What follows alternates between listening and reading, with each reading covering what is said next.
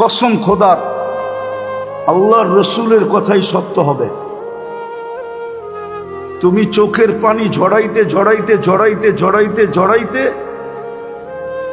গালের ভিতরে এতটুকু গর্ত হবে যে দুনিয়ার সবচেয়ে বড় শিপ চালাইতে চাইলে এই গর্তের ভিতরে চালাইতে পারবে। আপনি বলবেন এতটুক গালের ভিতরে এত বড় শিপ আসবে কি করে? তো আমি যুক্তি দিয়ে বুঝাইতেছি, হাদিসের শব্দ দিয়ে বুঝাইতেছি।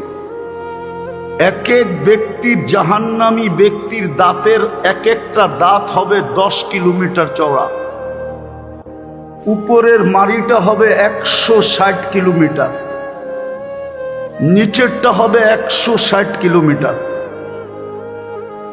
যেই মুখে ফিট হবে ওই মুখটা কত বড় হবে, ওই মুখটা যেই চেহারায় ফিট হবে ওই চেহারাটা কত বড় হবে। বসতে জায়গা লাগবে 470 কিলোমিটার। যার বসতে 470 কিলোমিটার জায়গা লাগে ওর দেহটা কিরকম হবে?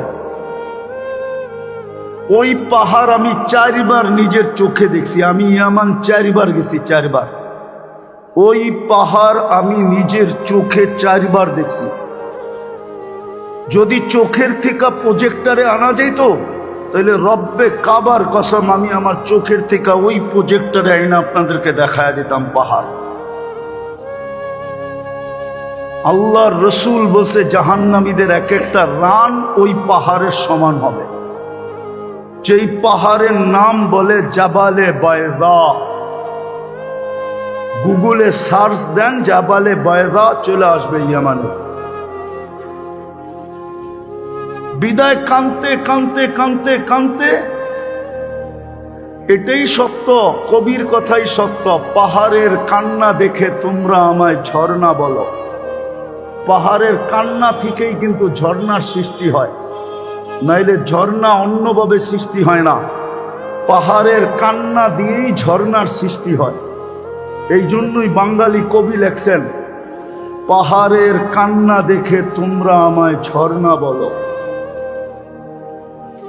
4500 কিলোমিটার দরিয়ায় নীল, ওটাও পাহাড় থেকে উৎপত্তি। একটা উগান্ডা, একটা ইথিওপিয়া। আমি 6 বার দেখা হিসাব বলতেছি, 6 বার, একবার দেখি নাই, 6 বার দেখছি। বিদায় একদিন কাঁদবো, কোনো কাজে দিবে না। কিন্তু আজকে যদি বুঝি আর দিলে যদি একটু দাগ কাটে, একটু দাগ, আর আমার মুখ দিয়া যদি একটা আহ বাহির হয়, আহ হায় কি করলাম। আমি হাদিসে কুদসি দিতেছি আপনাদেরকে, আল্লাহর বাণী। ফালাম্মা তায়াক্কানতা বিল বাওয়ার, এই উম্মতকে আল্লাহ বলতেছে, চিন্তায় যদি তোর মুখে হায় কি করলাম বাহির করলো, মানাহতু ইলাইকা রিদওয়ানি, আল্লাহ বলে আমি আমার রেজার চাদর দিয়া তোকে ডাকতে দেরি করি না। ওয়াল্লাইতু ইলাইকা গফরানি, মাগফিরাতে ডুবাইতে দেরি করি না। কুলতু লাকা লা তাহজান, ছুটা আয়সা তোকে বলতে দেরি করি না, চিন্তার কোনো কারণ নাই। গফারতু লাকা যুনুব ওয়াল আওজার, তোর গুনাহ খাতা মাফ করে দিলাম। ওয়ালি আজলিকা সাম্মাইতু নাফসি আল আজিজুল গফফার, তোকে যদি না মাফ না করি তাইলে আমার গফফারের সিফতটা কাজে লাগবে তো লাগবে কোথায়? আমি গফফার হয়ে লাভ হলো তো হলো কি? ওই যে গফফার লেখা ওইখানে দেখেন, মুসাব্বিরের পরে গফফার লেখা, তারপরে কহ্হার লেখা। আমি গফফার হয়ে লাভ হলো কি?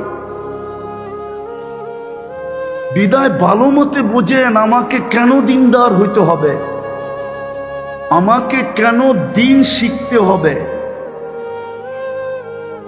দিন আমার জন্য নির্ধারিত কেন করা হলো?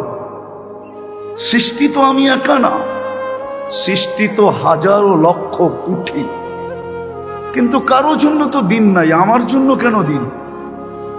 আমাকে কেন দিন মানতে হবে? আমাকে কেন দিন শিখতে হবে? মানুষের সাথেই 2টা শব্দ সংযুক্ত, কোনো প্রাণীর সাথেই 2টা শব্দ সংযুক্ত না। সুখ শান্তি একমাত্র মানুষের সাথে সংযুক্ত। কোনো শিক্ষিত লোক আমাকে বুঝাইতে পারবে না কোনো প্রাণীর সাথে এই দুটা শব্দের কোনো সংযোগ আছে, যে সুখ শান্তি, আরাম আয়েশ, নিরাপত্তা, এই শব্দগুলো শুধু মানুষের সাথে সংযুক্ত। নাইলে সমস্ত প্রাণীকে তো জানোয়ার বলা হয়। কি বলা হয়? কি?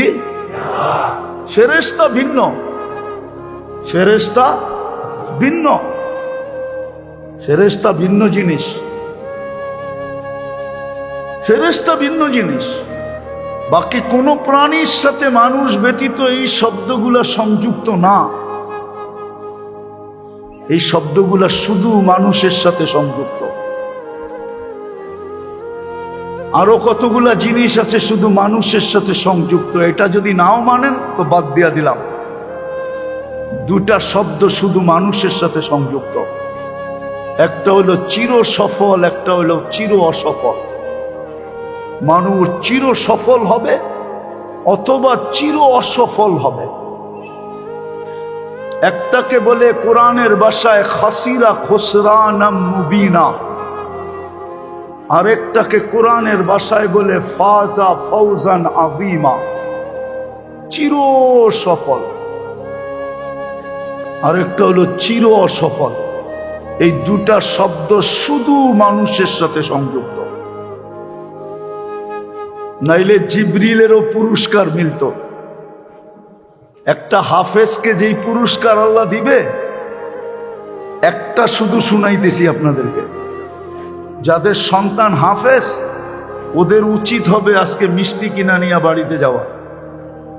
যদি মিষ্টির পয়সা না থাকে কমসে কম জিলাপি কিনা নিয়ে যাওয়া। তাও যদি না থাকে তাহলে 2-4টা লাড্ডু হইলেও কিনা নিয়ে যাওয়া। হাসেন না, শুনাইতেছি আমি, একটা শুনাইতেছি, 100টা না, একটা। হাফেজকে আল্লাহ বিশেষ একটা শহর দিবে জান্নাতে, একটা বিশেষ লেকের পাড়ে। লেক চিনেন? জানতো না মেয়ে আপনারা, পুরানটা উনি পড়া থাকেন। গুলিস্তানের ওই পারও তো যান না, হাতির ঝিল দেখতে গেছেন? মনে হয় জানতাম না, ঠিক না? যান। এরকম হাতির ঝিল, এটাই লেক। এরকম জান্নাতের লেকের পাড়ে একটা শহর বানায় দিবে। ওই লেকটার নাম হলো রাইয়ান। শহর বানাবে মিম মাদিনাতিম মিম মারজান, মারজান পাথর দিয়া বানাবে। লাহু ৭০ আলফা বাবান, ওই শহরে ঢুকার আগে ৭০,০০০ গেট অতিক্রম করতে হবে। আলা কুল্লি বাবিন ৭০ আলফা মালাইকাতান, প্রত্যেক গেটে ৭০,০০০ ফেরেশতা প্রটোকল দেওয়ার জন্য উপস্থিত থাকবে। ৭০,০০০ গেট যখন অতিক্রম করবে, শেষ হবে, তো ৪৯০ কোটি ফেরেশতার সেলুট শেষ হবে। শুধু সেলুট দিবে না, প্রত্যেক ফেরেশতা আবার উপটোকন দিবে, আবার মুখে স্লোগান দিবে, হাদা কিরামাতান লিল কুরআন, কোরআনকে সিনায় ধারণ করার জন্য তোমাকে এই উপটোকন দেওয়া হলো। হায় হায় হায়। কিন্তু জিবরিল আলাইহিস সালামকে দিবেন না, উনি কিন্তু হাফেজ। জিবরিল আলাইহিস সালামও কি কি জিজ্ঞাসা করেন হাফেজ কিনা? হাফেজ না হইলে উনি আল্লাহ রসুলের সাথে দাওয়ার করতেন কি করে? দাওয়ার আপনি বুঝবেন না, হুজুররা বোঝে দাওয়ার। জিবরিল আলাইহিস সালাম কোরআন শুনাইতেন, আল্লাহ রসুল শুনতেন। আল্লাহ রসুল শুনাইতেন, জিবরিল আলাইহিস সালাম শুনতেন। ওই যুগে এই কোরআনের কপি ছিল না যে উনি খুইলা খুইলা শুনতেন, না, ওনার মুখস্থ ছিল। উনি মুখস্থ শুনতেন, হাফেজ ছিলেন। কিন্তু ওনার তো মিলবে না, কেননা সফলতার সম্পর্ক ওনার সাথে নাই, ওনার সাথে সম্পর্ক হলো শুধু সেবার। উনি আজও সেবা দিতেছেন, কালো সেবা দিবেন। তো দুইটা শব্দ একমাত্র মানুষের সাথে সংযুক্ত, যেটাকে কোরআনের ভাষায় বলে ফাউজান আযীমা, আর কোরআনের ভাষায় বলে খাসিরা খুসরানাম মুবিনা। দুটার চিত্রই আল্লাহর রাসূল দেখাইছেন। যে খাসিরা খুসরানাম মুবিনা হবে, ও কানতে কানতে কানতে কানতে নিজের গালের ভিতরে এত বড় সমুদ্র প্রবাহিত করবে কান্নার পানি দ্বারা, দুনিয়ার যত বড় শিপ মনে চায় চালাইতে পারবে, কিন্তু আল্লাহ একবারও ওর দিকে তাকায় দেখবে না, একবারও ভ্রুক্ষেপ করবেন না, একবারও তাকায় দেখবেন না। কসম, একবার তাকায় দেখলেও হইতো, কিন্তু দেখবেন না। 1000 বৎসর পরে ওকে চিৎকার দেওয়ার ক্ষমতা পর্যন্ত ছিনিয়ে নেওয়া হবে, তারপরে মুখে সিল গালা মেরা দেবে। আমি যেটা বুঝাইতেছিলাম, দিন আপনার আমার কেন, কেন দিন মানতে হবে, কেন দিন শিখতে হবে, এটা তো একটা দিক গেল।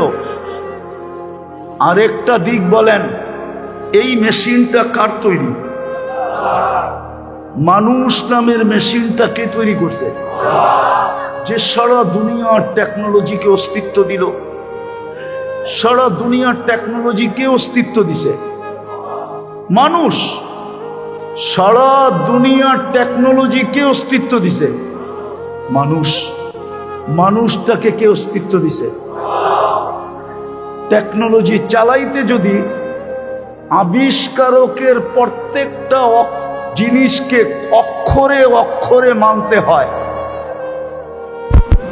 আর এটাই যদি আমরা মাথা পাইতা মাইনা নেই, তাহলে আপনি আমাকে যুক্তি দিয়া বুঝান এই মেশিনটা কে বানাইছে?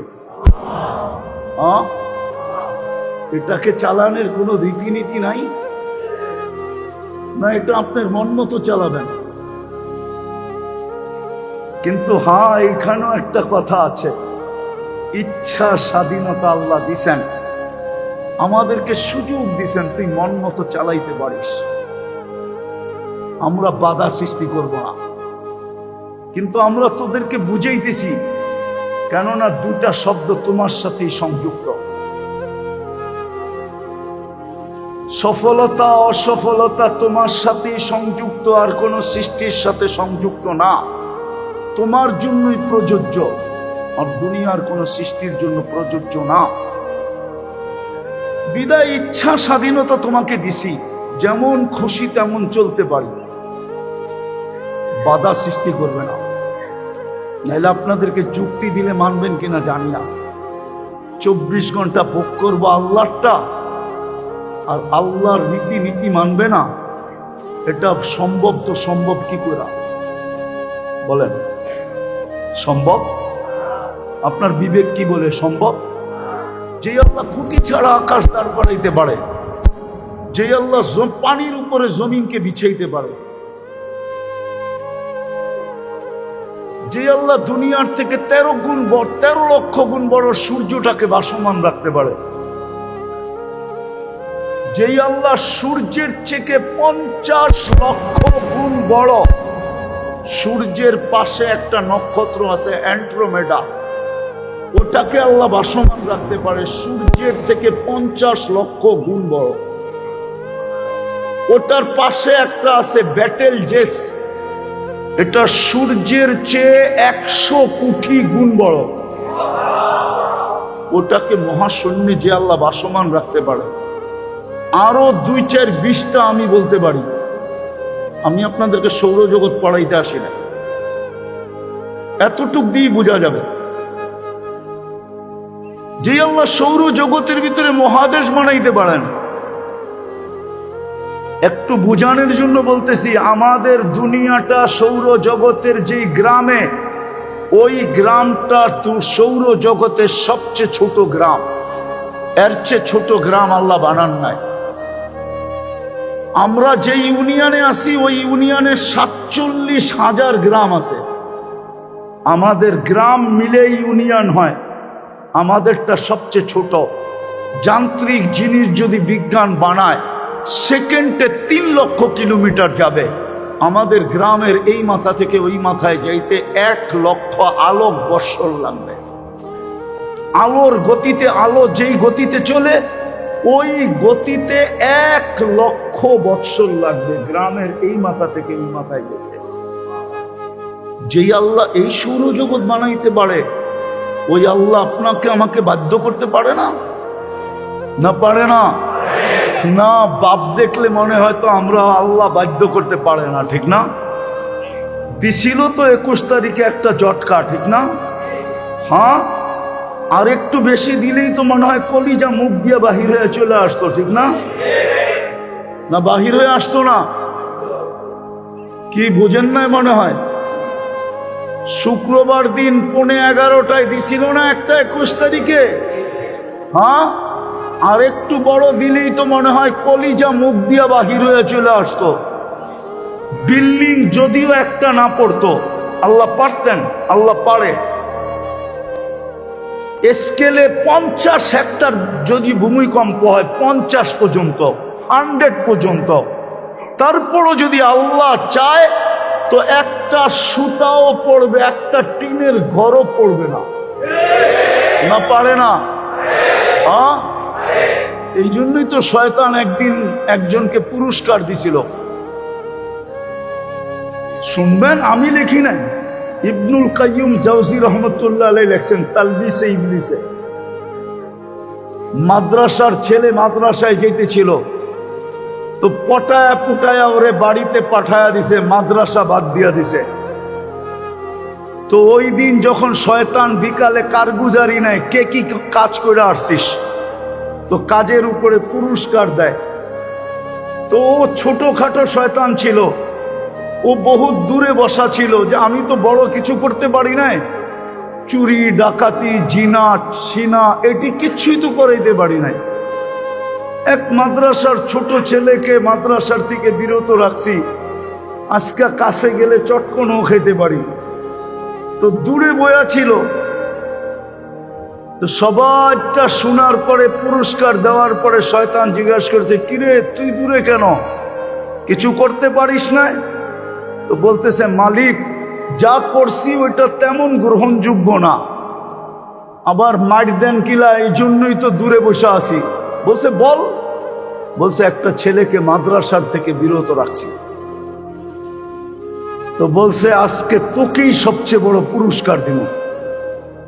তো সবগুলা বলতেছে এটা কেমন ইনসাফ হইল, মার্ডার করাইলাম, জিনা করাইলাম, বিবাহ বিচ্ছেদ করাইলাম, চুরি করাইলাম, ডাকাতি করাইলাম, আরো কত বড় বড় কবিরা গুনাহ করাইলাম, সবচেয়ে বড় পুরস্কার বলে ল্যাংড়ারে দিবে।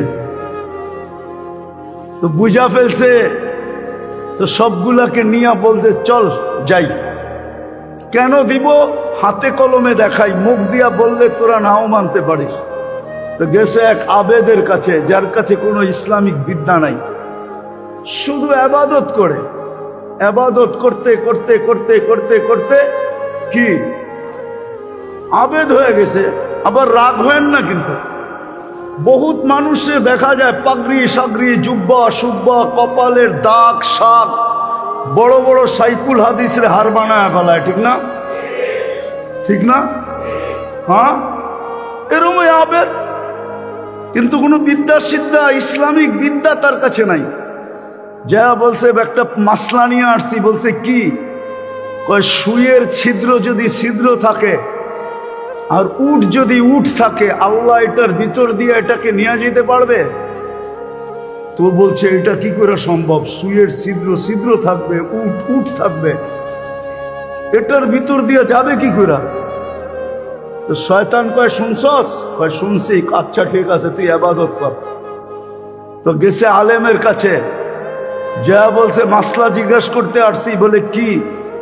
কয় সুইয়ের ছিদ্র যদি ছিদ্র থাকে আর উট যদি উট থাকে, আল্লাহ এটার ভিতর দিয়ে নিতে পারবে? আগে লা হাওলা পড়া নেই, তারপরে জবাব দিব।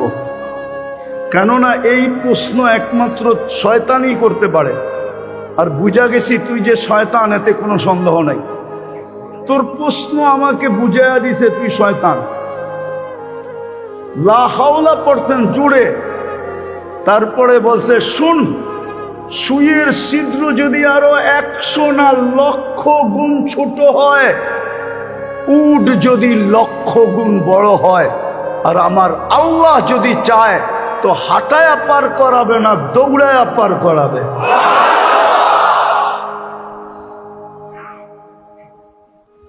দ্বীনি শিক্ষা এই জন্য দরকার ছিল।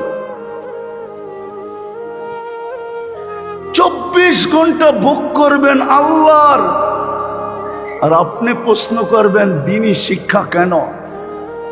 আবার আপনি চাবেন আপনি সুখে থাকেন, শান্তিতে থাকেন, নিরাপদ থাকেন, ইজ্জতের সাথে থাকেন, ক্লান্তিহীন থাকেন। নাইলে কোরআনে তো সব বলাই ছিল। কোরআনে কোথায় বলা ছিল না? কোরআনে তো বলাই ছিল আনতুমুল আলাউনা, তোমাদেরকে সদা সর্বদা টপে রাখবো, তোমাদেরকে কোনোদিন নিচে নামতে দিব না। যদি তোমরা যুক্তি দিয়া বুঝাইতে চাইতেছে আল্লাহ, যদি তোমরা এই মেশিনটাকে বানানেওয়ালার নীতি মতো চালাও। অনেক যুক্তি আছে আমার কাছে, আমি যুক্তি দিতে পারি। আপনার বিবেক একমত হবে আমার যুক্তির সাথে, যদি বিবেক থাকে। আর যদি না থাকে, হতে পারে আপনার হাতের সেটটা অ্যান্ড্রয়েড হয়েছে, আইফোন প্রো ম্যাক্স আপনার হাতে হইতে পারে, আমি মানি, কিন্তু আপনার মাথাটা এখনো অ্যানালগ রয়ে গেছে, যার কারণে আপনি বুঝতে পারেন না, আমার যুক্তি বুঝবেন না। আর যদি আপনার হাতের ফোনটা যেরকম অ্যান্ড্রয়েড হয়েছে, আধুনিক ফোন হয়েছে, আপনার মাথার ব্রেনটাও যদি আধুনিক হয়ে থাকে না, উন্নত হয়ে থাকে, তো আপনি আমার যুক্তি বুঝবেন, আর নাইলে বুঝবেন না। মাঝে মাঝে আমার সমাজের লোকগুলাকে টকশোতে দেখি, ওদের টকশো শুনি আর হাসতে থাকি আর সান্ত্বনা দিতে থাকি যে হাতের মোবাইলটা তো দেখা যায় অ্যান্ড্রয়েড সেট, কিন্তু আর মাথাটা অ্যানালগ রয়ে গেল, ওর মাথাটা বটন সেটেই রয়ে গেল, অ্যানালগই রয়ে গেল, ওই মান্দার আমলের ক্রিং বাজার টেলিফোনই রয়ে গেল, ওটা আর অ্যান্ড্রয়েড হইল না। হইলে ওর বুঝে আসতো যে আমাকে তৈরি কে করলো, এই মেশিনটা বানাইলো কে, এটাকে চালানো উচিত কার কথা মতো, যে সৃষ্টি করছে তার কথা মতো। আমি তো ভোগ করি সারাদিন ওনারটাই, আপনি কোনটা আপনার ভোগ করেন বলেন? রাগ হয়ে যান না পুরান ঢাকার মানুষ, আপনারা আমার শ্বশুর বাড়ির মানুষ, তো রাগ হয় না। আমার শ্বশুর বাড়ি তো পুরান ঢাকায়, বুঝছেন না, বেশি দূরে না, শমশাবাদ। রাগ হয় না। যদি অক্সিজেনের বিল নিতেন না, পানির দামে অক্সিজেনের বিল, যদি পুরান ঢাকাওয়ালাদেরকে আল্লাহ বলতেন তোদের বাড়িগুলা সব ঠিক কর, রাস্তাগুলা ঠিক কর, 2 বাড়ির ভিতরে দূরত্ব তৈরি কর, আমি আর কষ্ট করে তোদের বাড়িতে অক্সিজেন ঢুকাইতে পারবো না, তাইলে বুঝা যাইতো আপনার বাড়ির কাঠা কতটুকু থাকে। রাগ হয়ে গেলেন? হ্যাঁ, রাগ হয়ে গেলেন? সূর্যের আলো ঢোকে না, আল্লাহ যদি বলতো যে রাস্তা কর, আমি আর নিজের প্রযুক্তি দিয়ে তোদের বাড়িতে অক্সিজেন ঢুকাবো না। তোরা তো চতুর্দিক দিয়ে কোনো জায়গাই ছাড়স নাই, পিছনেও বন্ধ, ডাইনেও বন্ধ, বামেও বন্ধ, সামনেও একটু খোলা। আল্লাহ যদি বলে অক্সিজেন এই ভিতরের কামরায় ঢুকাইতে পারবো না, বিল দিয়ে ঢুকাইয়া দিব, নাইলে ঢুকাবো না, তাইলে বুঝা যেত ডেলি অক্সিজেনের বিল দিতে কত লাগে। আচ্ছা, সব বাদ দিলাম, ডেলি অক্সিজেন নেই, এটা যদি পানির দামে বিল দিতে হতো ডেলি 16,500 টাকা দিতে হতো। ঢাকার মানুষ রাগ হয়েন না, বাড়িওয়ালা হইলে কি হবে, আপনি কতটুকু অ্যাবিলিটি রাখেন ডেলি 16,500 টাকা বিল দেওয়ার ব্যাপারে? মাসে তো 4,95,000 টাকা বিল দিতে হতো। কোন বাড়িওয়ালার এরকম আছে যে মাসে 4,95,000 টাকা ইনকাম হয়, ভাড়া পায়, ব্যবসায় আয় হয়? তারপরও তো পার হেড প্রত্যেক ব্যক্তির জন্য দিতে হতো 30 টাকা লিটার। 30 টাকা। আপনি আর আমি 550 লিটার অক্সিজেন নেই। আরে সারা দুনিয়ার বাদ দেন, আমি মুসলমানদের ব্যাপারে বলতেছি, সারা দুনিয়ার মানুষ নিয়ে বলতেছি না। মুসলমানদের উচিত ছিল দিন শিখা, উচিত ছিল দিন মতে চলা,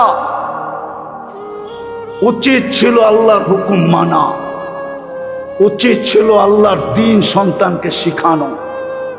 এতটুক শিখা দরকার ছিল যতটুক না হইলেই নয়। মোটা মোটা শিখা দাওরা পাস করতে হবে না। কে বলছে আমার মতো দাওরা পাস করতে হবে আপনাকে? কে বলছে আপনাকে মুফতি হইতে হবে? কে বলছে আপনাকে মুহাদ্দিস হইতে হবে? কে বলছে আপনাকে শাইখুল হাদিস হইতে হবে? ইমাম গাজালি রহমতুল্লাহ আলাইহি লেখা দিছেন, ওনার কিতাব আছে তলাবুল ইলমি ফরিদা। কিতাবের নাম ওই হাদিস দিয়া কিতাবের নাম দিছেন। কতটুক বিদ্যা শিক্ষা করা, কতটুকু শিক্ষা করা, কোন কোন বিদ্যা শিক্ষা করা, কতটুক বিদ্যা শিক্ষা করা আপনার জন্য জরুরি ছিল।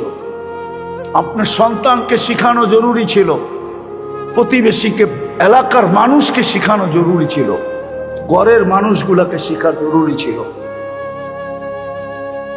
তাইলেই কিন্তু আমরা সুখে থাকতাম, কোরআনের কথা সত্য হইতো। তোমাদেরকে উপরে রাখবো, কোনোদিন নিতে আসতে দিব না, তোমরা টপে থাকবে, টপে। উলাইকা লাহুমুল আমান।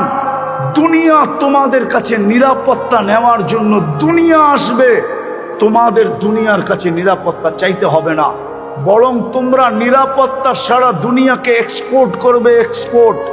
আজকে তো আমরা সারা দুনিয়ার কাছে নিরাপত্তা চাই, সারা দুনিয়া তোমাদের কাছে নিরাপত্তা নিতে আসবে। কোরআন বলে উলাইকা লাহুমুল আমান, কোরআন বলে লাহুম রিজকুন কারীম, তোমাদেরকে আমি ইজ্জতের সাথে পালবো, তোমাদের মাথার ঘাম আমি পায়ে ঝরতে দিব না। যদি ঝরতেও দেই তাইলে তুমি ঘরে পা দিতে দেরি, তোমাকে আমি নিষ্পাপ বানাইতে দেরি করব না। আমি হাদিস বলতেছি, হাদিস। শ্রমিক যখন সারাদিন শ্রম দিয়া বাড়িতে ফিরে, রব্বে কাবার কসম, আল্লাহ বলে, আল্লাহর রসুল বলে, ও ঘরে পা দিতে দেরি কায়াউমিন ওয়ালাদাতুম উম্মু, তার মা যেদিন জন্ম দিছে ওই দিনের মতো নিষ্পাপ হইতে সে দেরি হয় না। আল্লাহ বলে তোমাকে ইজ্জতের সাথে পালবো। ইন্না নানসুরু, আমাদের ডিফেন্স 24 ঘন্টা উপস্থিত থাকবে। একজন চাইলেও আমরা আমাদের ফেরেশতার ডিফেন্স পাঠায় দেব। আমরা আমাদের সৈনিক দিয়া, সৈন্য দিয়া তোমাদেরকে সাহায্য করব। একজনের সাহায্য দরকার হবে, আমরা একজনকে করব। 100 জনের দরকার হবে, 100 জনকে করব। 1000-এর দরকার হবে, 1000-কে করব। পুরা জাতির দরকার হবে, পুরা জাতিকে আমরা সাহায্য করব। কোরআন উঠান, আপনি দেখেন, মিলান। 313 জনের কাছে তলোয়ার কাটা ছিল, হুজুরে জিজ্ঞেস করেন। এইখানে ওলামা আছে, ওনাদেরকে জিজ্ঞেস করেন। 313, ইসলামের প্রথম যুদ্ধ, ঐতিহাসিক যুদ্ধ, ঐতিহাসিক বিজয়। বিজ্ঞান এখনো গবেষণা করে কুল কিনারা পায় নাই। আমার সাথে চলেন, কোথায় গবেষণা হইতেছে আমি আপনাকে নিয়ে যাব। বদর নিয়ে এখনো গবেষণা হইতেছে, যে 313 জনের তলোয়ার মাত্র 3টা, অপরদিকে 1000 তলোয়ার 1100। 313 জন জিতলো কি করে? ঐতিহাসিক জিত। মারা গেল এতজন, বন্দী হইল এতজন, কি করে জিতলো? বিজ্ঞান এখনো গবেষণা করতেছে। আমার বিশ্বাস না হলে আমার সাথে চলেন, কিন্তু ভিসা আপনার লাগাইতে হবে, আমি লাগাইয়া দিব না। চলেন, আপনাকে আমি নিয়ে দেখায় দিব। যে এইখানে গবেষণা করতে হইতেছে, এখনো বদর নিয়ে এখনো গবেষণা হইতেছে। বিজ্ঞানের মাথা নষ্ট, কি করে সম্ভব? আল্লাহ বলে আমরা সাহায্য করব, কিন্তু মুসলমানের সাহায্য কোথায়? হইলে ফিলিস্তিনে হয় না কেন? হইলে আমাদের দেশে হয় না কেন? সাহায্যের তো কোনো চিহ্ন দেখি না। দিন দিন মুসলিম দুনিয়ার অবস্থা খারাপ হইতেছে। দিন দিন আমাদেরকে দুনিয়া আগাছা মনে করতেছে, অথচ আমাদের দ্বারা লালিত পালিত। বলেন সুইস ব্যাংকে কার টাকা বেশি? উনি বলুক, উনি তো বড় ব্যবসায়ী, বলুক সুইস ব্যাংকে কাদের টাকা সবচেয়ে বেশি? বলেন না। সব মুসলমানের টাকা সবচেয়ে বেশি। কোন সুইজারল্যান্ড ওয়ালাদের টাকা সুইস ব্যাংকে নাই। আমি ওদেরকে চিনি, আমি সুইজারল্যান্ড গিয়ে আসছি, আমি চিনি। ওরা তো পুরা মাস বাকি খায়, ওদের আবার ব্যাংকে টাকা থাকবে কোথেকে? ওরা তো ক্রেডিট কার্ড দিয়ে কিনা বেচা করে। মাসের শেষে ওদের বেতন তো ওরা চোখে দেখে না, ওদের বেতন তো যায় ব্যাংকে। যেই যেই জায়গার থেকে খাইছে ব্যাংকের থেকে ওই অ্যাকাউন্টে টাকা চলে যায়। ওর টাকা থাকে তো থাকে কোথেকে? হাতের করে গণা কয়েকজন লোকের টাকা থাকতে পারে সুইস ব্যাংকে। আর সুইস ব্যাংক তো বড় আমাদের দেশের টাকা দিয়া, মুসলমানদের টাকা দিয়া বড়, নাইলে লক্ষ লক্ষ কোটি টাকা কোথায় গেল? ঘুরতে ঘুরতে যে সুইস ব্যাংকে পড়ছে। বাংলাদেশের যত নদী দেখেন না, আঁকা বাঁকা হইতে হইতে যে বঙ্গোপসাগরেই পড়ছে। সমস্ত টাকা ঘুরতে ঘুরতে যে সুইস ব্যাংকেই পড়ছে। মুসলমানদের টাকা দিয়ে দুনিয়ার সমস্ত ইন্টারন্যাশনাল ব্যাংকগুলো চলে। বলেন মুসলমানের চেয়ে দামি ঘড়িকে ব্যবহার করে। ওনার হাতের ঘড়িটা কোন ঘড়ি আমি জানি না, রাডু মনে হয়, ঠিক না?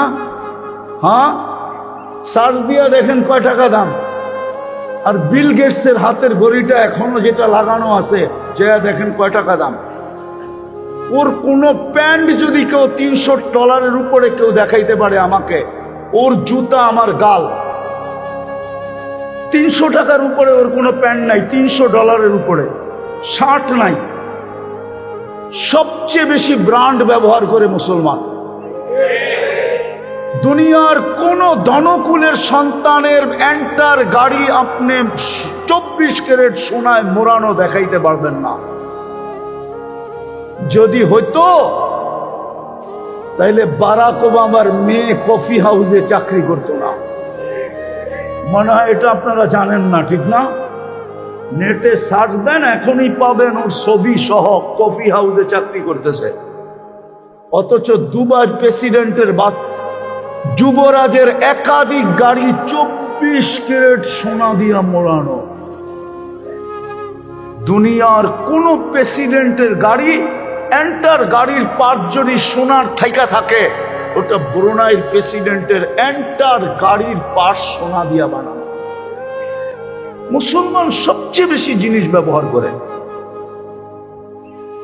দুনিয়ার যে কোনো প্রসাধনী বলেন, হয় বুঝাইতে তো পারলাম না, বুঝতেও পারলাম না। আমাদের ঘরে যেই ব্যবহৃত প্রসাধনী আর কাপড় চোপড় আছে, মুসলমান যদি আজকে বলে 10 বছরের জন্য আমরা কেনাকাটা অফ করে দিলাম, কাল সকালে দেখবেন সারা দুনিয়ায় কেমন চিৎকার শুরু হয়। ওনার ঘরে কাপড় যেটা ব্যবহৃত নাই, যেটা 20 বছর চলবে, জিজ্ঞাসা করেন। আপনাদের ঘরে নাই? 2, 4, 5 বছর চলবে নাই? একটা সুতা না কিনলেও চলবে নাই? শুধু কিনতে হবে কি? লবণ, শাক সবজি, ঠিক না? হ্যাঁ, যদি মেকআপ শেকআপ আমাদের ঘরে, ঢাকা শহরের, ঢাকার পুরান ঢাকার প্রত্যেকটা বাসা একটা মিনি কসমেটিক্সের দোকান। ভালো মতে তাকাইলে দেখা যাবে একটা মিনি সুপার মার্কেট। এত হাড়ি পাতিল আছে যে আজ পর্যন্ত একটা হাড়ি পাতিল চিৎকার দিতেছে, আমাকে ব্যবহার করলি না। আপত্তি নাই, মাঝে মাঝে একটু ছুঁয়া দেখতি, ছুঁয়েও তো দেখে না বৎসরের পর বৎসর, ঠিক না? পুরান ঢাকার ঐতিহ্য কি ছিল? হাড়ি পাতিল দিয়ে ঘর সাজানো, ঠিক না? সত্য তো? ভুলে গেছেন না? মনে হয় ভুলে গেছেন। আমি আপনাকে জামাই তো, এই জন্য একটু গভীরেরটা চিনি আর কি, জানি, অন্য কেউ জানে না। হ্যাঁ, অথচ আমরা যদি আজকে এলান দেয় মুসলমান যে আমরা সম্মিলিতভাবে রাষ্ট্রীয়ভাবে 5 বছর কোনো কিনা বেচা করব না, শুধু ডাল ভাত ছাড়া, লবণ তরকারি ছাড়া, তেল সেল ছাড়া, যেটা একান্ত দরকার ওটা ছাড়া 5 বছর কিচ্ছু কিনবো না, রাষ্ট্রীয়ভাবে ঘোষণা হোক। দেখেন না কেমনে সিধা হয় দুনিয়া। খোদার কসম, ওদের সমস্ত তেল মাখবে না আপনার পায়ে, ওদের দামি দামি ঘি নিয়ে এসে আপনার পায়ে মালিশ করতে থাকবে। বাবা উর্দু কর, সমস্ত দুনিয়ার অর্থ, ওদের অর্থনীতি একদিনে অফ। বেচে আপনার কাছে, নেয় আপনার কাছে, চলে আপনারটা দিয়া। বোম্মাইরা কি আপনাকে কিনাবে? যে বোম্মাইরা আপনাকে কিনাবে? কিনবো না, নিব না। মুসলমান যদি বলে, কিন্তু বলবে তো না। মুসলমানের ভিতরে তো গায়রত নাই, আমাদের ভিতরে গায়রত নাই, আত্মমর্যাদা নাই, আমাদের ভিতরে গৌরব নাই, গৌরব। আমাদের মুসলিম যুবকদের ভিতরে গৌরব নাই। যদি গৌরব থাকতো যে আমি মুসলমান, তাইলে ওর সাজসজ্জা এরকম হইতো না। মুসলিম নারীদের ভিতরে ইসলামের গৌরব নাই,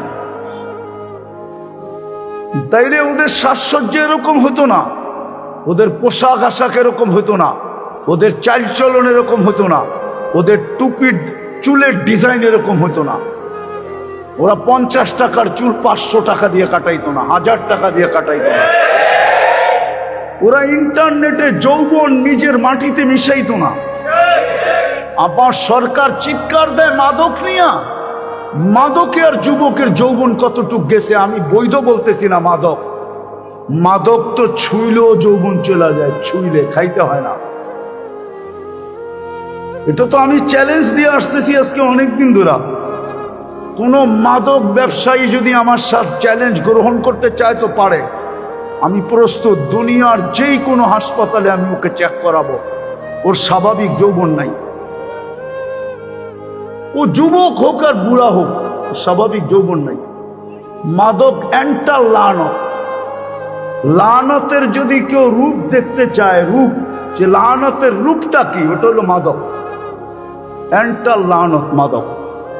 এটা ক্যারি করলেও যৌবন চলে যায়, খাইলেও চলে যায়, ব্যবসা করলেও চলে যায়, নাড়াচাড়া করলেও চলে যায়। এটার একটা প্রমাণ আছে হাদিসে। মিনার আরাফার থেকে যখন হাজিরা মুজদালিফায় আসে, তো মধ্যখানে একটা জায়গা পড়ে, ওয়াদিয়ে মুহাসসার। পায়ে যারা হাইটা আসে ওরা এটা দৌড়ায় অতিক্রম করে। সাহাবা ইকরামকে আল্লাহ রসুল বলছিলেন দ্রুত অতিক্রম করো। বলছে কেন ইয়া রসুল আল্লাহ? বলে হাজারো বৎসর আগে এখানে লানত পতিত হয়েছিল আল্লাহ, ওটার ক্রিয়া এখনো রয়ে গেছে। তোমরা ধীর গতিতে চললে তোমাদের গায়েও ছোঁয়া লাগতে পারে, বিদায় দৌড়ায় পারো। আল্লাহর রসুলও দ্রুত গতিতে পারতেছেন। দ্বিতীয়, মাদকের চেয়ে বড় আমাদের যুবকের যৌবন মাটিতে মিশতেছে ইন্টারনেট দিয়া। কিন্তু আমার সুশীল চুপ, আমার বুদ্ধিজীবীরা চুপ, আমার সমাজের কর্ণধাররা চুপ, আমার সমাজের শিক্ষিতরা চুপ, এমনকি আমার সমাজের যারা সবচেয়ে বেশি জানে ডাক্তার, ওরা পর্যন্ত চুপ। কেউ কোনো কথা বলে না, শুধু আমরা একটু চিৎকার দিতেছি। আর আমাদের কথা কে নিবে? বারাটিয়া মোল্লার কথা কে নেয়? আমরা তো ইমামতি করি, কমিটি আমাদেরকে কানে ধরে চালায়। আমরা তো সমাজে থাকি, সমাজের মানুষ আমাদেরকে কচুরি পানা মনে করে, নাইলে আগাছা মনে করে। আমার দেশের মানুষ আমাদেরকে আগাছা, হুজুরদেরকে আগাছা মনে করে, আর আগাছা। আমাদের ভিতরে আত্মমর্যাদা নাই, আমাদের ভিতরে গৌরব নাই। গৌরব, অহংকার নিষেধ, গৌরব নিষেধ না। আমি একটু আগেও বলে আসছি, আমাদের উচিত মসজিদ মাদ্রাসা ছেড়ে দেওয়া, সভাপতিরে বইলা দেওয়া আপনি জুমা পড়েন, সেক্রেটারিরে বইলা দেওয়া আপনি ফজর আর এশা পড়েন, ক্যাশিয়ারে বইলা দেওয়ার দরকার আপনি আসর আর মাগরিব পড়েন, জোহর আরেকজনকে দিয়া দেওয়া দরকার, পড়ান। আমরা গেলাম, সালাম। আজকে থেকে রোজা থাকবো যতক্ষণ পর্যন্ত আল্লাহর থেকে সিদ্ধান্ত না আসে। নাইলে একবেলা খাবো, নাইলে রিক্সা চালাবো, নাইলে অটো চালাবো, নাইলে না খায়া মরা যাব। কি হবে? মৌতি তো হবে। কিয়ামতের দিন আযাব, কিয়ামতের দিন, কিয়ামতের দিন, কিয়ামতের কঠোরতা আমাদের কাছে আসবে না। এই গৌরব আমাদের ওলামাদের ভিতরে আসা উচিত ছিল, ছেড়া চলে যাওয়া দরকার ছিল। কানে ধরে ঘুরানোর চেয়ে ছেড়া চলে যাওয়া ভালো। হ্যাঁ, কি বলেন? হ্যাঁ, শিয়ালের মতো 1000 বছর না বাইচা হাদির মতো একদিন বাঁচলেই যথেষ্ট। শিয়ালের মতো 1000 বছর বাঁচার প্রয়োজন নাই। রাগ হয়ে যান না, আবার বলেন না আমি অন্যদিকে চলে যেতেছি, না। ওর মতো একদিন বাঁচাই যথেষ্ট। ও দুনিয়াকে দেখায় দিয়ে গেছে, মরার পরে দুনিয়া দেখছে ও কি, মরার আগে কেউ দেখে বোঝে নাই। বাইচা থাকলেও মনে হয় মানুষ এতটুকু বুঝতো না, মরার পরে যতটুকু বুঝছে, ঠিক না? মরার পরে যা পাইছে জানাজা দিয়া, এটি আহমদ ইবনে হাম্বল রহমতুল্লাহ আলাইহি বলছে, দুনিয়ার কিছু মানুষ তার পরিচয় দেয় জানাজা দিয়া। কি দিয়া? কি দিয়া? কি দিয়া? আবার জানাজাও দুই প্রকার, কোয়ালিটি আছে। কোন জানাজায় কোন কোয়ালিটির মানুষ আসলো? বহু জানাজায় কোয়ালিটির মানুষ আসে, জানাজায় যে উজু করে আসতে হয় এটা পর্যন্ত জানে না।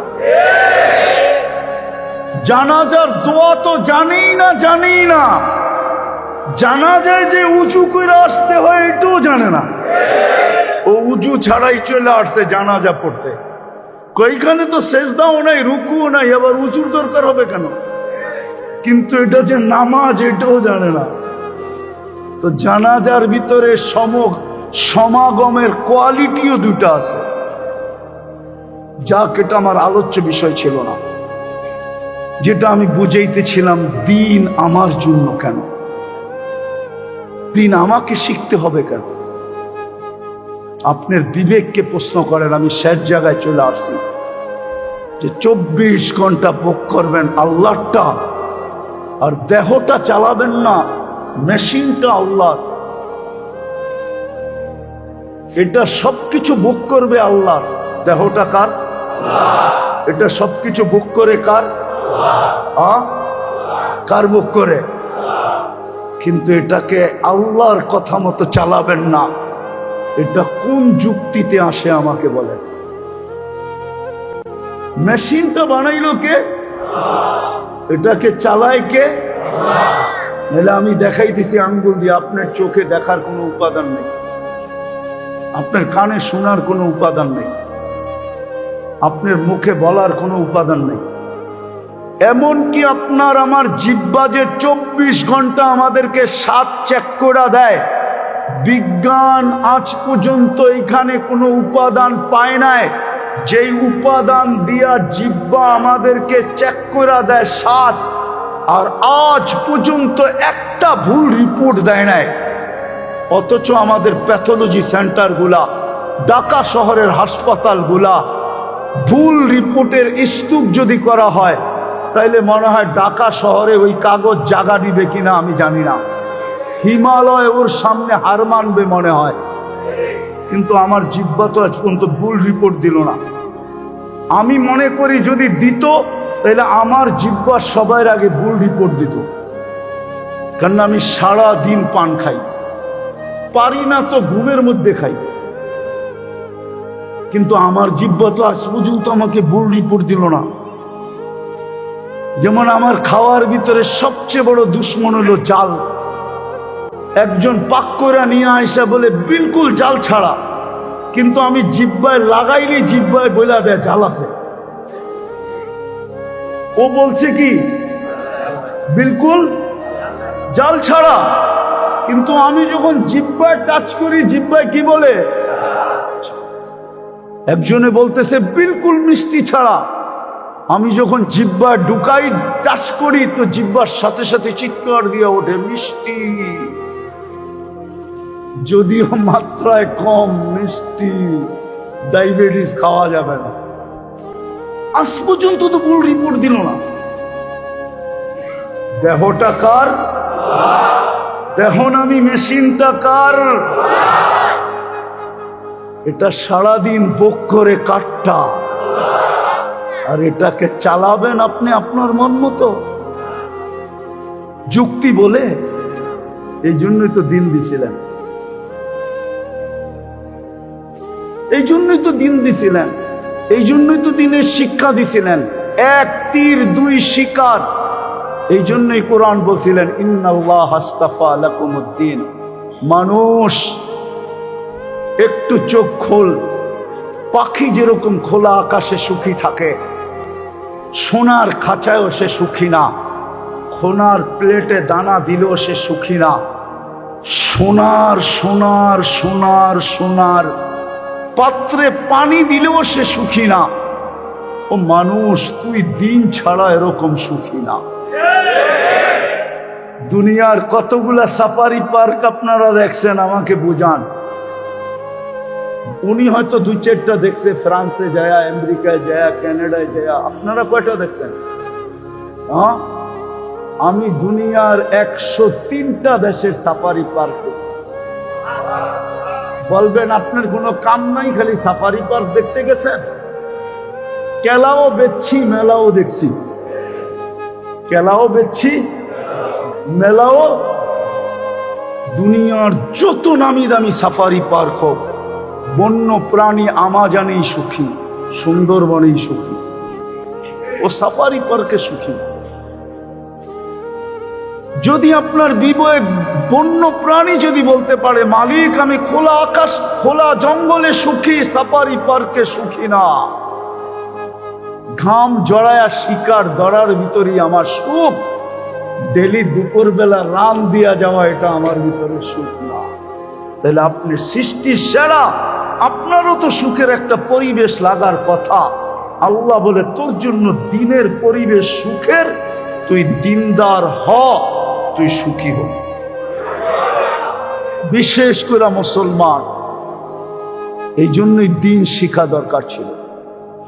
দিনের ভিতরে সুখ রাখা, শান্তি রাখা, নিরাপত্তা রাখা, কোরআনের প্রত্যেকটা অঙ্গীকার রাখা, এইখানেরটাও রাখা, ওইখানেরটাও রাখা, এইখানেরটাও রাখা, ওইখানেরটাও রাখা, ওইখানের যে চির সফলতা এটাও দিনের ভিতরে রাখা। বিদায় আমার সমাজ যদিও প্রশ্ন করে, আমার সমাজ যদিও প্রশ্ন করে এত মসজিদ কেন দরকার, এত মাদ্রাসা কেন দরকার, আমার সমাজ যদিও প্রশ্ন করে, কিন্তু আমি একটা জবাব দিতেই চাই। আপনার বাড়ির যদি ফাউন্ডেশন থাকে, ফাউন্ডেশনহীন কোনো বাড়িকে যদি সরকারি সংস্থা ছাদ না দিতে দেয়, ছাদ দেওয়ার অনুমতি যদি না থাকে, ফাউন্ডেশন ব্যতীত কোনো বাড়ির ছাদ দেওয়া এটা সরকারিভাবে কোনো অনুমতি নাই। আপনি দিলে দিতে পারেন টেবিলের নিচ দিয়া, মনে হয় টেবিলের নিচ বোঝেন না, মনে হয় বোঝেন না, টেবিলের নিচ বোঝেন না, না মনে হয় বোঝেন না, ঠিক না? আপনি দিতে পারেন টেবিলের নিচ দিয়া, ঠিক না? কিন্তু এটা সরকারি ল না। আপনাকে ছাদ দিতে হলে ফাউন্ডেশন দিতে হবে। যদি দুনিয়ার এটার ফাউন্ডেশন থাকে আপনার বিল্ডিং এর, তাহলে এই জগৎ এই দুনিয়ার কোনো ফাউন্ডেশন নাই। যেটার উপরে আপনার আমার বসবাস এটার কোনো ফাউন্ডেশন নাই।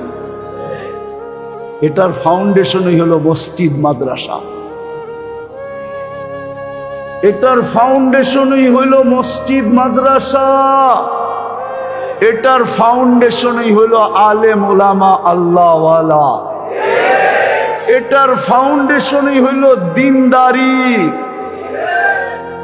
দিনদারি নাইলে ট্যাবলেট খায়ও আপনার ঘুম আসবে না। সিসি ক্যামেরাও লাগানো আছে, দরজাগুলার ভিতরে তালাও লাগানো আছে, নিচে গানম্যানও বসা আছে, তারপরও ঘুমের ট্যাবলেট দিয়ে আপনার ঘুম আসবে না, আতঙ্কে থাকবেন। না জানি কি হয়ে যায়, না জানি কি হয়ে যায়, না জানি কি হয়ে যায়, না জানি কি হয়ে যায়। এরকম আমার সমাজে হাজারো মানুষ আছে। সিসি ক্যামেরাও আছে, দরজাগুলাতে নামি দামি তালা লাগানো আছে, নিচে গানম্যানও বসা আছে, সারা রাত্র পাহারা, তারপরও ট্যাবলেট খায়া ঘুম আসে না, আতঙ্কে। না জানি কি গোটা যায়, না জানি কি গোটা যায়, না জানি কি গোটা যায়, ঘুম ওর আসে না। অথচ গানম্যান বেতনও পায়, আবার ডাকার মশার কামড় খায়া গানটারে কোলের ভিতরে নিয়ে সারা রাত্র চেয়ারে বইয়া ঘুমায়ও কাটায়। আল্লাহ আমাদেরকে বুঝার তৌফিক দান করেন। এই জন্যই দিনের প্রয়োজন, এই জন্যই মাদ্রাসাগুলোর প্রয়োজন, এই জন্যই মসজিদগুলোর প্রয়োজন। বাংলাদেশ বেঁচে আছে এই জন্য, আমার কথা মাইনা নেন, বাংলাদেশ এই জন্যই বেঁচে আছে।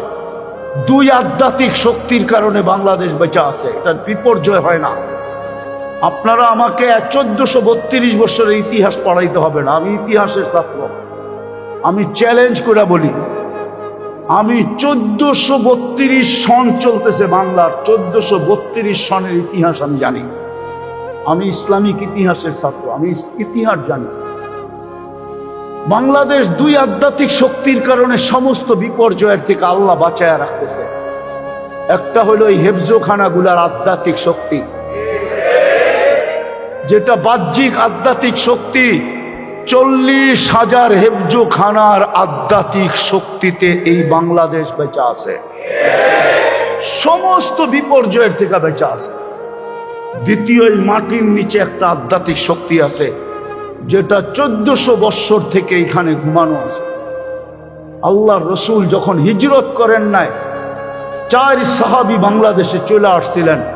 মদিনার সাথে বাংলাদেশের ইসলাম আর মদিনা ইসলাম এক সময়। 2 সাহাবী এইখানে আইসা কবর বানায় আনিছেন। 2 সাহাবী এইখান থেকে চীনে চলে গেছেন, ওদের কবর চীনে। আবু ওয়াক্কাস, ওহাব ইবনে মালিক, এই 2 জনের কবর চীনে, 2 জনের কবর এই বাংলাদেশে। কাসেম ইবনে হুজাইফা, উরওয়া ইবনে সাসা, ওই আধ্যাত্মিক শক্তি বাংলাদেশের মাটির ভিতরে লুকানো আছে। এই জন্য এই মাটি কাউকে এই মাটি নিয়ে বেশি খেলতে দেয় না। যদি বেশি খেলতে চায় তাইলে হয়তো ওকে ক্যাচ আউট করতে চায়, নাইলে রান আউট করতে চায়, নাইলে বোল্ড আউট করতে চায়। আর তাও যদি না হয় তো ছক্কা মাইরা বাউন্ডারির বাহিরে করে দিতে চায়। এটা এই মাটির আধ্যাত্মিক শক্তি। আল্লাহ আমাদেরকে বুঝার তৌফিক দান করেন। এই জন্য চলেন দিন শিখি, দিনদারি অর্জন করি যতটুক পারি। এই উম্মতকে তো আল্লাহ সুযোগ দিছিলেন, কিচ্ছু যদি না পারতো একটা কাজ করতো, অনলি একটা কাজ, অনলি বলবো সূর্য উঠতে দেরি, মাপ চাইতে যদি দেরি না করত, সারা রাত্র যদি গুনার ভিতরে কাটায় দিত, সূর্য ডুবতে দেরি, মাপ চাইতে যদি দেরি না করত। হাদিস বলে ইয়াবসুতু ইয়াদাহু নাহারান হাত্তা ইয়াতুবা মাসিআল লাইল, ইয়াবসুতু ইয়াদাহু লাইলান হাত্তা ইয়াতুবা মাসিআন নাহার। আল্লাহ আমাদেরকে বুঝার আমল করার তৌফিক দান করেন। ওমা আলাইনা।